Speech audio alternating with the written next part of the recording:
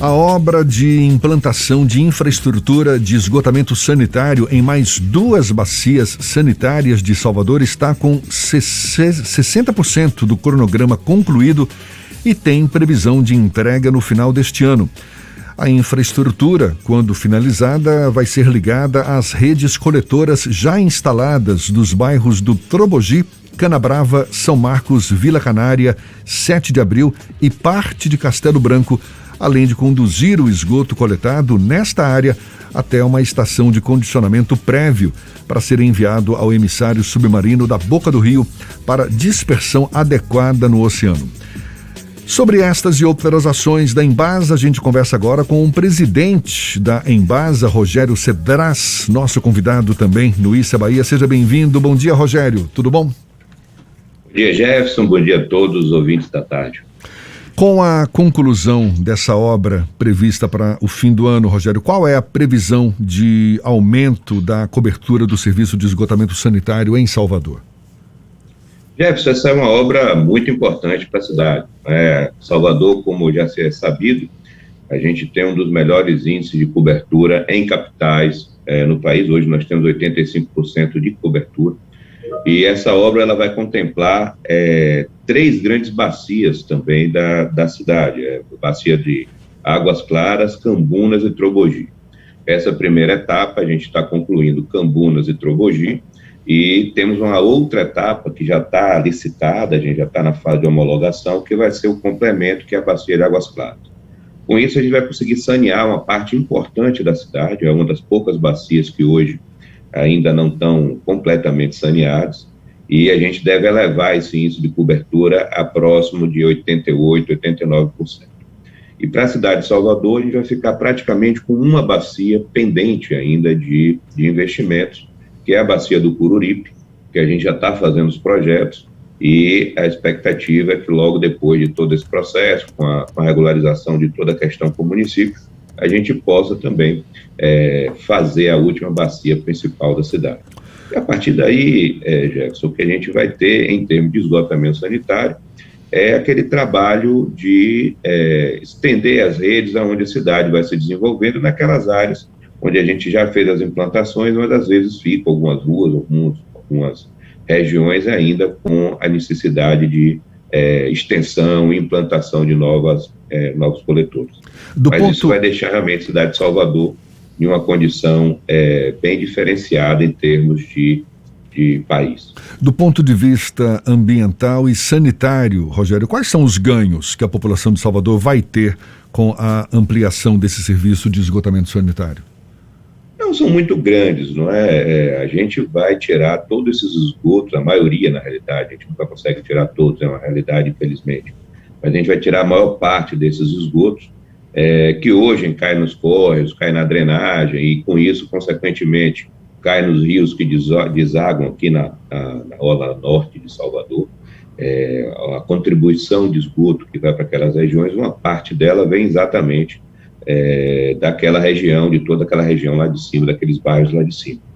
Então, com a implantação desse sistema, que a gente vai jogar no emissário da Boca do Rio, no emissário submarino da Boca do Rio, a gente consegue também limpar e sanear todos aqueles córregos e rios. Hoje, para que a gente evite que todo esse esgoto, já que é uma bacia que nós ainda não tínhamos contemplado, nós utilizamos as captações em tempo seco. Ou seja, o esgoto que cai nos córregos e riachos, a gente capta os córregos e riachos para que a gente tire isso, para que não chegue nas praias. A gente capta e leva no nosso processo também de emissário submarino. A diferença é que agora a gente vai tirar ele lá no nascedor, vai reduzir bastante a carga orgânica que corre nessas regiões, dando mais saúde para aquela população. É importante que a gente citar também o seguinte, quando a gente inaugurar, vai estar saneado toda a região de uma vez só? Não, não é assim, porque a gente fez toda a infraestrutura e agora é preciso que todos os clientes se liguem ao sistema e se liguem corretamente, que é um outro problema que nós temos para enfrentar. Nós sabemos que Salvador, apesar de ter uma infraestrutura de esgoto já bastante desenvolvida, a gente ainda vê córregos e rios ainda com carga orgânica, com odor, com problema desse tipo. Isso acontece porque mesmo quando nós temos a infraestrutura já implantada, e Salvador tem um problema muito grande ainda de ligações clandestinas, ligações indevidas, esse mesmo cliente que faz isso com a ligação de água, ele não faz oficialmente a sua ligação de esgoto, sua ligação do sistema de esgoto. Então, normalmente, o próprio cidadão dá um jeito de tirar aquele esgoto de sua residência. E aí ele liga, às vezes, numa drenagem, às vezes ele liga no esgoto, efetivamente, mas nem sempre. Às vezes ele simplesmente joga em algum canal, em alguma coisa que tenha próximo, e isso impede que a gente usufrua integralmente da infraestrutura colocada. Nós, na Embasa, nós não temos o poder de ir lá, entrar na casa do cidadão e avaliar isso. Aí precisa ser realmente um trabalho de educação social, educação sanitária para toda a população, para que a gente entenda que uma vez que a infraestrutura tenha sido posta, é preciso que todos agora façam a sua parte, porque a concessionária está fazendo a dela, ela está disponibilizando a infraestrutura, mas é preciso que todos se liguem corretamente, procurem a companhia para fazer sua ligação corretamente. E isso é o que a gente ainda vê muito na cidade. Por isso, a Embasa tem vários pontos de captação em tempo seco, ainda necessários, porque, embora já tenha infraestrutura instalada, a gente ainda tem muita ligação que não acontece da forma correta, digamos assim.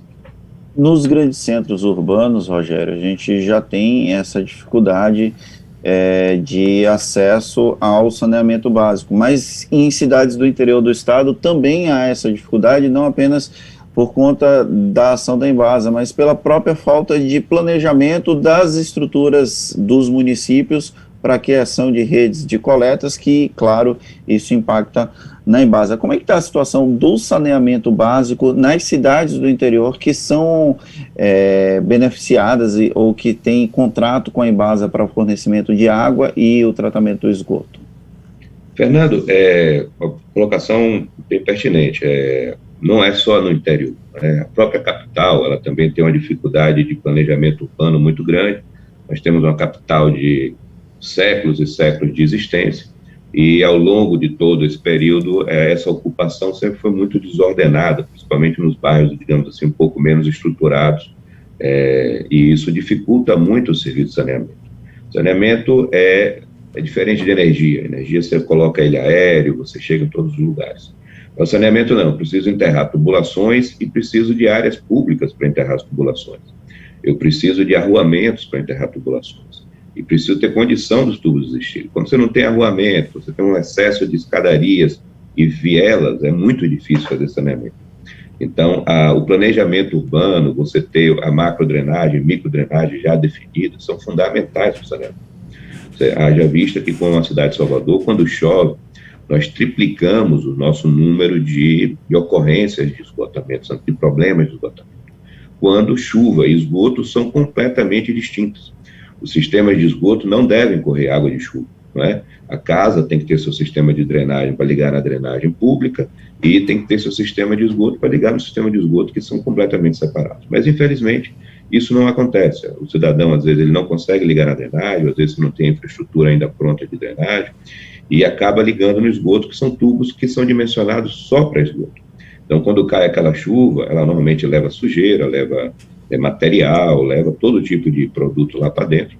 São tubos para pequenas vazões, que não é para chuva, aquelas chuvas enormes, e a gente vê aí os extravasamentos, os problemas, quando acontece a chuva. Esse é um problema grave que a gente tem que, assim como a ligação correta, combater. O interior da Bahia, ele ainda tem um déficit maior de esgotamento, não é?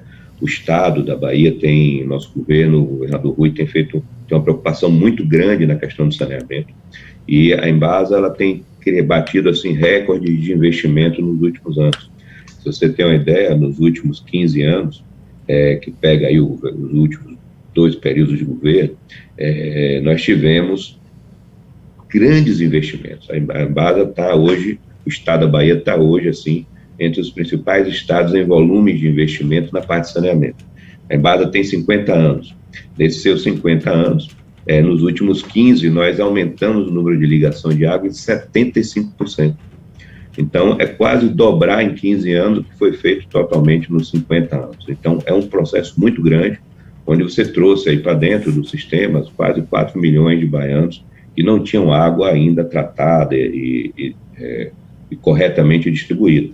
que foi o programa Água para Todos, que contemplou muita gente.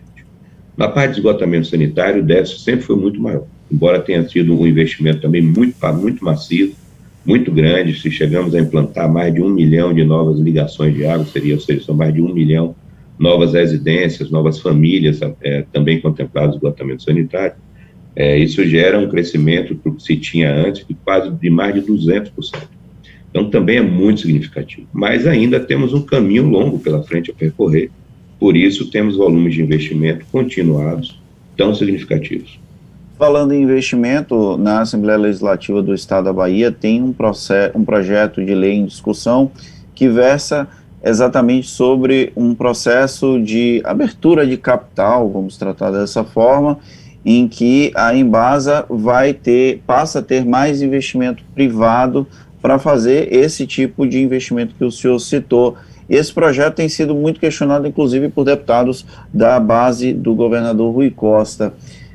Qual a expectativa, a partir da aprovação desse projeto, de volume de investimentos que a Embasa pode fazer? Na realidade, é um equívoco no entendimento do projeto. O que tem lá de projeto é para você permitir a Embasa fazer SPS, são sociedades de fins específicos, onde a Embasa pode se consorciar ou com o próprio município, ou pode consorciar com uma empresa privada, um parceiro privado, para você fazer a prestação de serviço. Isso vai acontecer por contrato a contrato. Então, isso não tem uma relação com privatização ou abertura de capital, porque a privatização ou abertura de capital não precisa da legislação, alteração de legislação. Isso é um projeto que tem que se desenvolver, fazer, não é essa a questão que entra aí na parte da lei. Mas é uma lei que permite, por exemplo, que a Embasa se consorcie com um ente privado para entrar numa concorrência pública no próprio estado da Bahia, em algum município que tenha um processo desse tipo, assim como ela pode entrar numa concorrência pública fora do estado. Recentemente, vocês viram, por exemplo, a Sabesp concorreu lá na licitação de Alagoas, um processo que teve em Alagoas, consorciada com um ente privado. É um consórcio que é feito, eles montam a SPE e vão lá consorciar junto, que aumenta a competitividade da empresa. Você leva uma empresa de alto conhecimento na área de saneamento, se associa com o privado, melhora alguns índices, você concorre de igual para igual com os demais. Então, isso vai muito além, muito nesse sentido de possibilitar esse tipo de projeto. Mas a Embasa entende, sim, e o governo do estado também, que a parceria privada é muito benéfica para a companhia, e o que mais importa para todos nós é acelerar os investimentos. É essa parcela da população que hoje talvez ainda não tenha um sistema de esgoto, que a gente está fazendo grandes investimentos, mas ainda tem um tempo que a gente possa acelerar esse processo, trazendo parceiros privados. Tanto que nós estamos hoje com um estudo bem avançado para atender ali toda a região de Feira de Santana, através de uma nova parceria público-privada. Esses investimentos seriam exatamente para ampliar a parte de esgotamento sanitário. Feira já tem 60% a 65% de cobertura, mas os demais municípios têm bem menos. Então, a gente contemplaria de uma única vez, em uma parceria público-privada, 19 municípios, através de investimentos de esgoto, para acelerar esse processo. Então, esses estudos estão bem avançados, a gente espera que ainda esse ano a gente consiga lançar essa licitação. Em investimentos, Fernanda, a Embasa, ela tem, como eu falei no início, investido pesadamente, e não agora, ela já vem investindo isso nos últimos 10, 12, 13 anos. A gente tem volume de investimento muito significativos comparado com períodos anteriores. E gerou, inclusive, esses números que eu narrei para vocês no início, que é um diferencial. Ou seja, uma empresa estadual que cresceu nos últimos 10, 14 anos, 75% de crescimento em número de ligações de água, quase 200% em número de ligações de esgoto, é muito significativo. No ano 2021, mesmo com pandemia, 20 e 21, são 2 anos, mesmo com pandemia, a Embasa, ela conseguiu alcançar recordes de investimento. Em 2021, nós chegamos a investir 900 milhões de reais em obras executadas. Então, é muito significativo no cenário como a gente tem vivido. E a grande parte desse recurso com geração própria da companhia.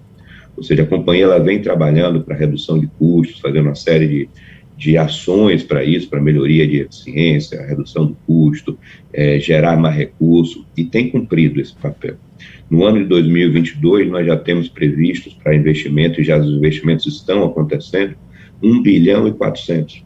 É um valor muito significativo. E todos esses valores estão em um planejamento de longo prazo que a companhia tem feito, exatamente para alcançar lá em 2033 tudo que já é preconizado no marco regulatório novo, que é a famosa universalização nos municípios que se regularizaram com a Embasa.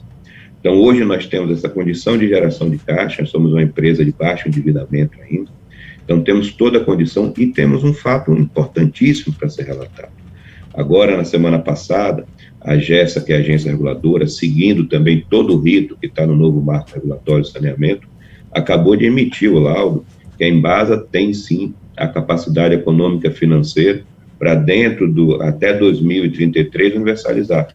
Ou seja, nós fizemos um trabalho extremamente detalhado, a AGESA pediu milhões de documentos, milhões de comprovações, onde nós mostramos que tivemos aí a assessoria de Ernst Young e outras empresas, de forma que a Embasa comprove que o seu modelo de gestão que está até hoje implantado e suas projeções futuras garantem que a empresa vai conseguir fazer o volume de investimento necessário para a universalização e alcançar o famoso 99% de abastecimento de água, 90% de cobertura de esgoto em todo o estado.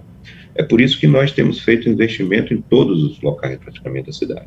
Feira de Santana, estamos lá com mais de 300 milhões de investimento em água e com a PPP que resolve logo 19 municípios em toda a região. Temos agora obras, inauguramos essa semana, obras lá na semana passada, obra em Vitória da Conquista, de ampliação de água, estamos com a barragem em andamento, temos um novo projeto de esgoto, exatamente para garantir os 90% de conquista em esgotamento, Jequié, também estamos iniciando o processo de contratação de obra de esgoto agora, ou seja, Lauro de Freitas, temos obras em andamento, Camaçari, Arembepe, ou seja, a Embasa tem hoje obras em todo o estado, exatamente para conseguir cumprir tudo aquilo que o marco regulatório nos trouxe como exigência. E o mais importante aconteceu agora, que é essa confirmação da agência reguladora, seguindo todo o rito exigido no marco regulatório, que a empresa tem sim capacidade econômica de fazer investimentos que a gente estima da ordem de 16 bilhões de reais até 2033. Então, é muito positivo isso e vai muito alinhado à preocupação do governo do Estado em conseguir acelerar o máximo possível o atendimento da população em saneamento, que é muito importante. Cenário promissor, certamente que seja assim. Presidente da Embasa, Rogério Cebraz, muito obrigado pela sua disponibilidade. Um abraço e até uma próxima. Jefferson, eu que agradeço, um abraço a todos e é sempre um prazer trazer as informações da empresa, o que tem acontecido para todos vocês e para a população baiana. Agora, 8h48 na tarde, FM.